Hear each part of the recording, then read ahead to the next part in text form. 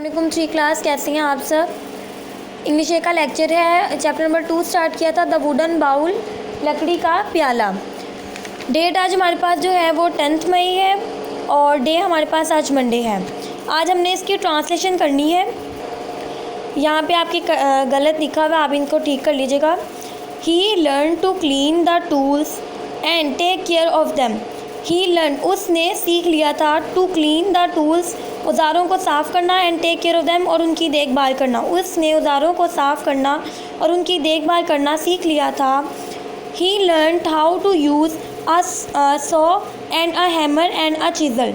उसने सीख लिया कि एक आरी, सॉ कहते हैं आरी को, एंड अ हैमर, और एक हथौड़ी, और चिज़ल कहते हैं छेनी को, और एक छेनी का इस्तेमाल कैसे किया जाता है। He was slow and clumsy. Slow कहते हैं सुस्त को, क्लमसी कहते हैं अनाड़ी को। वो सुस्त और अनाड़ी था। He was an old man after all, आखिरकार, आखिरकार वो एक बूढ़ा आदमी था। ये ट्रांसलेशन आप लोगों ने अपनी कॉपीज़ में लिखनी है और साथ में याद भी करनी है।